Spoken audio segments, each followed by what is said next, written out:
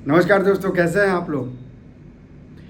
विपक्ष इंडिया में एक बड़ा खेल हो गया है और इस खेल के सूत्रधार हैं लालू प्रसाद यादव और राहुल गांधी। कैसे हुआ ये खेल, क्या हुआ, ये आपको हम आज अपने वीडियो में बताएंगे और इसका विश्लेषण भी करेंगे। लेकिन जो खेल हुआ है वो नीतीश के साथ बड़ा खेल हो गया। दरअसल नीतीश जो एनडीए में पहले थे और वहाँ से हटने के बाद उन्होंने अपने दम पर 15 विपक्षी पार्टियों को इकट्ठा किया यह सोचकर कि उन्हें इंडिया, जो विपक्ष का नया नाम है, उसका संयोजक बनाया जाएगा। लेकिन उसके पहले लालू यादव ने एक बड़ा खेल कर दिया है। लालू यादव राजनीति के बड़े खिलाड़ी हैं और जो भी बात वो बोलते हैं उसके बहुत मायने होते हैं। क्या खेल के मैं आपको आगे बताऊंगा, लेकिन उससे पहले ज़रा खेल के पीछे जो कैसे रची गई ये साजिश, अगर कहें तो कोई अतिशयोक्ति नहीं होगी, या स्क्रिप्टेड कैसे था, ज़रा आप देखते जाइए। जब पटना में पहली बार विपक्ष की बैठक हुई तो उसमें लालू प्रसाद यादव ने ये कहा कि राहुल गांधी आप दूल्हा बनिए, विपक्षी बाराती बनने को तैयार है। इस बात के बहुत बड़े संदेश थे जिसको आपको समझना होगा, डिकोड करना पड़ेगा। दरअसल लालू यादव जो हैं वो यह जानते हैं कि नीतीश जो हैं इस समय वो बहुत कमज़ोर हो गए हैं। नीतीश के लिए एनडीए बहुत बड़ी ताकत थी, बीजेपी बहुत बड़ी ताकत थी, और उसी के बल पे उन्होंने लालू यादव के पारंपरिक वोट बैंक को चुनौती दी थी। और इसकी बड़ी वजह है कि नीतीश को बिहार में लगातार 3 बार मुख्यमंत्री बनाया गया, लेकिन शायद नीतीश ये समझ नहीं पाए, और ये समझ भी रहे थे तो पता नहीं उनकी मंशा क्या थी, राष्ट्रीय स्तर पर वो आना चाहते थे या क्या है उनकी मंशा, ये तो आगे समझ में आएगी। लेकिन जिस तरह से लालू ने उनके साथ खेल करना शुरू किया, शायद नीतीश को इसका अंदाज़ा भी नहीं था।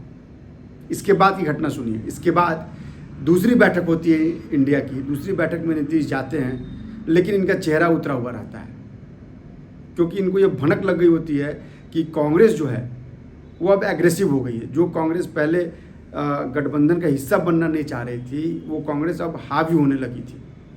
नीतीश को ये बात समझ में आ रही थी। शायद यही वजह थी कि नीतीश जो है वो थोड़े से नाराज़ दिख रहे थे, प्रेस कॉन्फ्रेंस में शामिल नहीं हुए और ये वापस चले आए। दोनों, लालू यादव और वो दोनों वापस चले आए। इसी बीच राहुल गांधी पे सुप्रीम कोर्ट का फैसला आता है, जिसके बाद से राहुल गांधी और कांग्रेस, और साथ ही कांग्रेस अध्यक्ष मल्लिकार्जुन खड़गे एकाएक एक्टिव हो जाते हैं।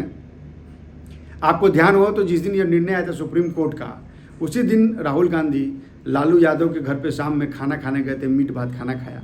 उसके बाद वहाँ एक रणनीति तय हुई जिसका खुलासा लालू यादव कर नहीं रहे थे।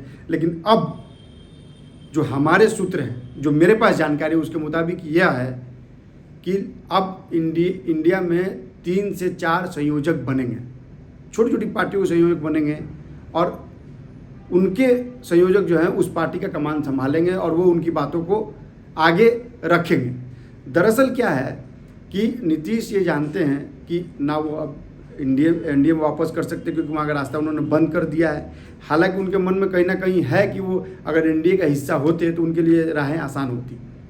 दूसरी बात जो सबसे इम्पॉर्टेंट है, जिसको हमको समझना पड़ेगा, कि जैसे ही लालू को लगा कि नीतीश कमज़ोर हैं और उनकी जो मंशा है लालू की, वो सबसे बड़ी मंशा यह है कि वो चाहते हैं, वो जानते हैं कि शारीरिक रूप से भी कमज़ोर हैं और मुकदमे में भी वो फंसे हैं। लिहाजा वो चाहते हैं कि उनके बेटे का कैरियर बन जाए, पॉलिटिकल कैरियर हो जाए, और वो उसकी कमान, बिहारी कमान उसके हाथ में चली जाए। और इसी की सब जद्दोजहद हो रही है।